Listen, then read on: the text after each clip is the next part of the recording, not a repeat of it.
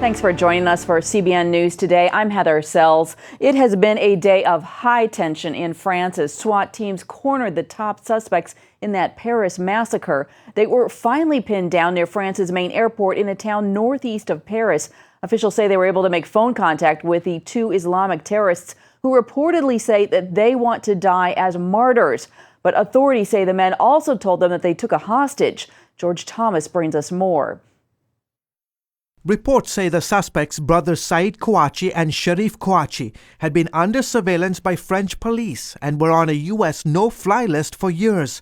In early 2011, the older brother Said reportedly traveled to Yemen and trained with an al-Qaeda-affiliated group led by Anwar al-Awlaki, the U.S.-born Islamic preacher who was killed that same year in a CIA drone strike. Said's younger brother Sharif was arrested in 2008 for trying to join up with Islamic fighters in Iraq, and while in prison, he reportedly shared a cell with a key al-Qaeda operative. The French-born sons of Algerian parents are the main suspects in Wednesday's shooting that killed 12 people at Charlie Hebdo, a newspaper that often made fun of Islam and its prophet Muhammad. In Paris and cities across France, people are gathering to pay tribute to those killed at the French magazine. I'm an art student. We stress freedom when we study art. This attack is shocking. I wrote on the note that we must struggle for freedom from beginning to end. Meanwhile, in a rare public speech, the head of British intelligence is warning that al-Qaeda in Syria is plotting large-scale assaults on public transport systems and iconic targets in the West. His warnings come as European spy agencies worry about the growing threat from homegrown jihadists, especially those returning from battlefields in Syria and Iraq. The numbers are alarming. 600 British, 550 German, and some 1,200 French citizens are believed to be fighting in Syria. The big concern is that one day they'll return home to their European capitals, radicalized and ready to kill. Hours after the massacre in Paris, the terror group known as ISIS or Islamic State hailed the two brothers as heroes. George Thomas, CBN News. The terrorist attack in Paris is a bleak reminder that Western values are under assault, with journalists front and center in that battle. As reporters try to exercise the freedom of speech, they're being killed in record numbers by Islamic jihadists and brutal regimes. John Waggy explains. At Notre Dame in Paris, the bells toll. And around the world, demonstrations of support for the journalists at Charlie Hebdo, murdered by Islamist terrorists. In Washington, journalist Stéphane Renaud Defeat is stunned. He was in the Charlie Hebdo offices in Paris just a day before the shooting. Just ordinary heroes fighting for liberty of press. I'm really sad first, angry, really angry as well. The terrorist attack in France, as well as the gruesome beheadings of journalists in Syria and other Muslim hotbeds, has a chilling effect on the profession. The BBC reported in August that 69 journalists had been killed in Syria alone in just 2 years, although many of them died in battle. The threat is especially great for cartoonists. At San Francisco's Cartoon Art Museum, satire is a central theme of the artwork. Mark Fiore has won a Pulitzer Prize for his. It's in a lot of ways more effective than the written word, and while this attack is incredibly high profile and incredibly terrible, there are cartoonists that are attacked every year. Robert Rosenthal at the Center for Investigative Reporting says it's all about intimidation. Soviet Union under Stalin, or the Nazis under Hitler, the Stasi in East Germany. What do they control? They control information, and who do they try and eliminate? Are journalists or people who speak the truth. In Northwest Washington, flags at the French embassy fly at half-staff. For now, the Western world is angry and motivated. I'd like my government to do something about this extremist Muslim. Not the whole Muslim population, but the extremist. Until then, more journalists will be killed, captured, or forced into hiding while the West figures out how to cope with the assault on its deeply held values. John Waggy, CBN News. Well, the Christian music world has lost a legend. Gospel singer and songwriter Andraé Crouch died Thursday after being admitted to the hospital Saturday following a heart attack. In his 72 years on earth, Crouch worked with stars like Michael Jackson, Madonna, and Barbara Mandrell. He was also a frequent guest on CBN 700 Club. Ephraim Graham has this look at his life and ministry. Now is the day of salvation. My God speaks to every nation. Andraé Crouch earned his position as the father of modern gospel with hits like Soon and Very Soon, Through It All, and Can't Nobody Do Me Like Jesus. It's a legendary career that began when the California native wrote his first hit at just 14, not long after overcoming a stuttering problem. It's a problem that started at 3, when he was nearly kidnapped outside his parents' dry cleaning business. My folks saw him carry me across the street because they heard me let out a yell, and the guy dropped me. And I remember then is when I started stuttering. Andraé and his twin sister Sandra grew up singing in the church their parents started, and music proved to be the key to ending his stuttering. My father, with the wisdom of my father, he said, Andraé, you never stutter when you sing. Why don't you act like you're singing when you answer a question? That's the way I started singing, and that's the way I got out of stuttering. So everything sounded like music. Crouch called his music ability a miracle. He was a master on the piano without ever studying it or reading music.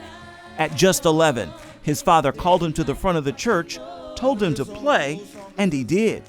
All night, all day, angels watching over me, my Lord. An incredible career followed, from countless hits with his group Andraé Crouch and the Disciples, then 18 solo albums, 9 Grammy Awards, and an honorary Artist in Residence Award from Regent University's International Center of Worship. Still, at the height of his music career, Crouch slowed down on singing and began preaching.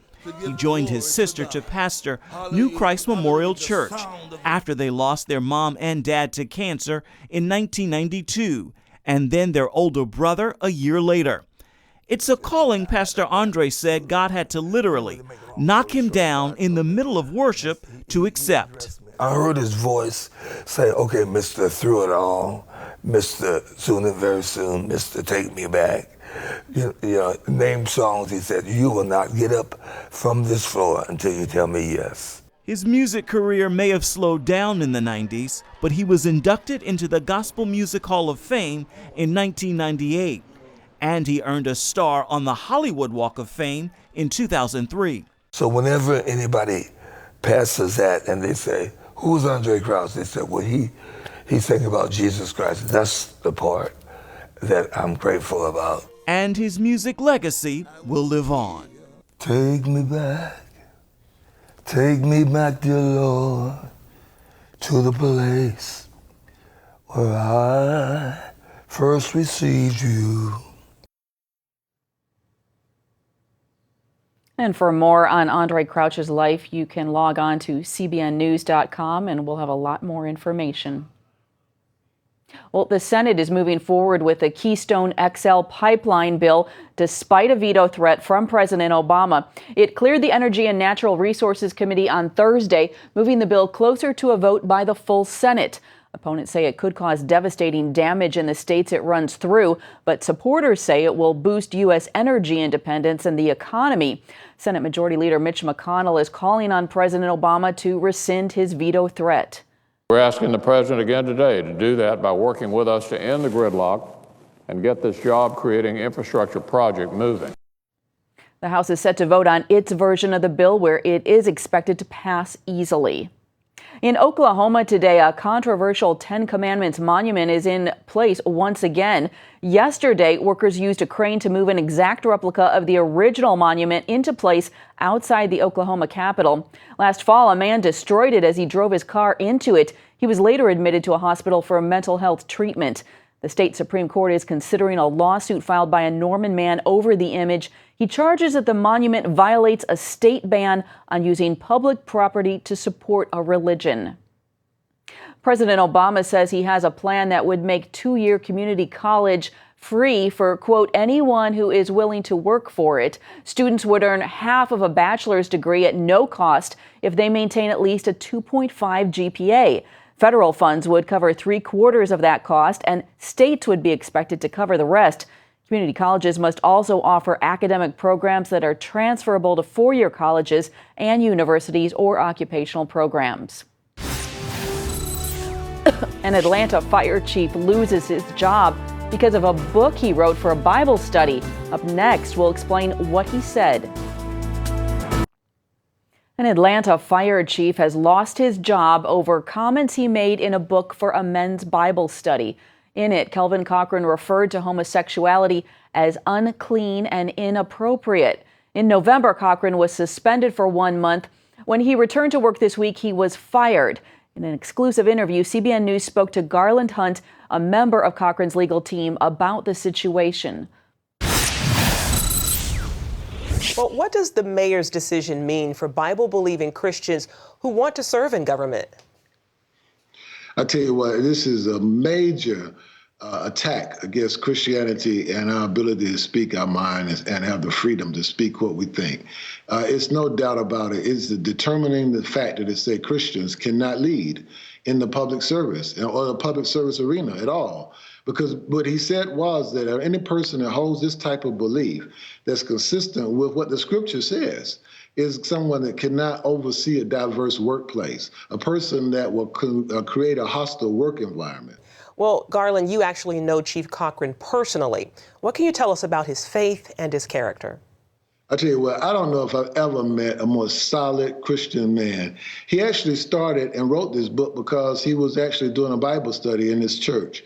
He's a man of great values, great confidence. If I just got off the phone with him right now, he's a humble man. Even during the period, he would never say one evil word against the mayor, even when he was suspended without pay, because he represents respect and honor. You cannot find a more valiant man of integrity. He and his wife, he's a family man, and he has children. And I tell you what, all of them are standing strong because they are people of faith and they love Jesus. Indeed. Well, how will he fight this decision by the mayor? Well, first of all, we'll look at it two different angles. One, of course, is Title VII, EEOC. And so that's going to be filed pretty quickly. And then, of course, one of the other things that we're looking at is looking at the whole idea of going to the federal courts based upon constitutional issues that are evidently there. Americans, I'm working also with ADF, Alliance Defending Freedom, actually will also be a part of this as lead counsel. So it's already going up the flagpole with the national help. Do you think he has a good chance of winning? Oh, absolutely. Some of the things that the mayor has said in the whole process of this clearly could not be defended in court. I think he has a great opportunity. But I will say, I do not underestimate the LGBT influence in the political realm. So I do believe, because Georgia, as well as this whole issue, is a hot issue with them, I think they're going to come into it with both barrels cocked. Well, we're certainly going to be praying. Garland Hunt, thank you so much for joining us. Thank you very much. To see more of the interview, log on to cbnnews.com. And up next, a fixture from downtown D.C. with an infectious smile. Hear his amazing story of redemption after 33 years on the street. On any given night in America, more than 500,000 people go to bed without a place to call home, even in one of the world's most powerful cities, Washington, D.C. But there is hope. John Jessup brings us the remarkable story of one man who was homeless for 33 years. Come rain or shine. Good morning. One thing you can count on in the nation's capital. How you doing? Is this jolly character selling papers at this busy downtown intersection in Washington, D.C., where Anthony Crawford is always ready to deliver a smile and an occasional hug. Here go my special friend. I'm good. How you doing? Great. But it wasn't always sunshine for Anthony. Less than 2 years ago, he was living on the streets. I first started sleeping right here. Then it got kind of rainy one night. I moved around the corner, moved to this side, then I started sleeping right here. Across the street from where he used to sleep, Anthony explained how he fell on hard times after his father died. I was out hanging with some friends New Year's and come home in 1980, found he had passed away. He started drinking, lost his job and apartment, and drifted from park benches to street corners for 33 years. He tried panhandling. That's shaking the cup and asking people for money. But that didn't last long. I wasn't too fond of that because people look at you in sort of different way. They look over you like you're not even there.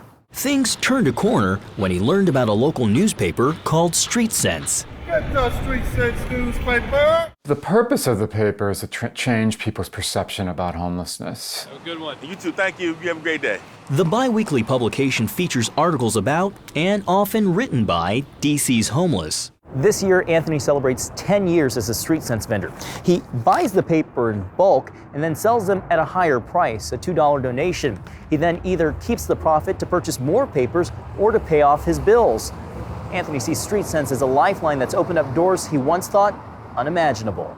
It gives me a chance to meet people I never met before, like doctors, lawyers, professional people. People like Reed Sandridge. We're the best of friends. Who at the time was also down and out. I'd been out of work for about maybe 4 or 5 months when I met Anthony. And every day I'd go by 19th and M where he works. He would be there every morning selling the Street Sense paper. And we just became friends. What are you doing tonight? Anthony credits his friendship with Reed for helping him find a home. I'd asked him what he wanted to do, what his goals were, where he wanted to be a year from now. And he said he wanted to find housing. 7 months later, they celebrated Anthony signing his lease. We picked up the keys to his apartment and we came over here, and I still remember him opening the door and looking inside and seeing him make his bed for the first time. I mean, maybe 20 years he hadn't had a regular place to lay his head. And to see him make his bed with pride, and that really touched me. What was it like the day that you got the keys and you signed the lease? Oh my God. It was really indescribable because I had such a big smile on my face. It was my place of my own. Home, sweet home. Yes, I love my little home. It's all mine. Anthony is fortunate to have found housing when he did because it's becoming increasingly harder for people like him. While homelessness is on the decline nationwide, it's actually on the rise here in Washington, where the local economy is thriving and causing a housing construction boom. But that also means there are far fewer affordable housing units, which has caused the city's homeless rate to jump 13% over the previous year. A lot of folks are swarming to the city, but that's dramatically driving up rents. A person would have to be working over 3 full-time jobs at minimum wage in a city to afford a simple 2-bedroom apartment. While Anthony's grateful just to have a roof above his head, those around him know there's still more to come. The story isn't over with him finding housing. This is a long process. I think housing is the first step. Anthony says he plans to get his GED and eventually move on to social work. Social work. So you want to help people like you've been helped? Exactly. I want to be same streets that I come off, pick somebody off with the same streets I came up of. In the meantime, he plans to keep telling his story and sharing that friendly smile. Good morning. Happy New Year. With all who pass by. John Jessup, CBN News, Washington. Well, the weekend is here, so you may be looking for a little family-friendly entertainment. And here with our regular movie reviews is Bob Waliszewski from Plugged In Online. That's the entertainment review department at Focus on the Family. And Bob, the big movie coming out this weekend is Selma, all about the life of Martin Luther King Jr. Of course, there's been some controversy about the role of LBJ in that movie. But what did you think as far as the family-friendly nature or not of the movie? This was very middle of the road for me, Heather. On the one hand, it was similar to a movie like Precious or 12 Years a Slave, where I came out of the theater and go, wow, at its heart, this is encouraging, it's inspiring, it's uplifting. But at the same time, I had, on the other hand, some issues with the film. Now, by the way, I want to make sure that our viewers know that it's not birthed to his murder, Martin Luther King Jr. This is begins in 1964 with him receiving the Nobel Peace Prize, and then pretty much goes to 1965 in his march from Selma to potentially, in this movie, to Montgomery. So we're really just seeing a slice of his life then, but what were the issues that you had, Bob? Well, the issues I had from a family-friendly perspective were in the language department. In fact, a few harsh profanities, 2 to be exact, that the MPAA has in the past given a film an R rating for, decided to go ahead and give this one a PG-13 rating for. And of course, I walk out of the film going, I wish they hadn't put the language. So I would probably recommend, more than I even have in the past, that our viewers read the longer review to see exactly what we're talking about to get their comfort level. Now, for sure, it's not for younger kids, and it's possibly, I would think, not even for younger teens, but maybe around that age 15 on up, it has some potential. But again, I'm not calling it. I'm just saying very inspiring, but keep in mind there's some harsh language here that for some it's going to be a deal breaker. Right. Okay. That's all really good information, Bob. And there were also, of course, there's still in the theaters a number of good movies that came out during the Christmas season. When you think about those movies that are still out, what comes to mind that would be good ones for people to catch up on?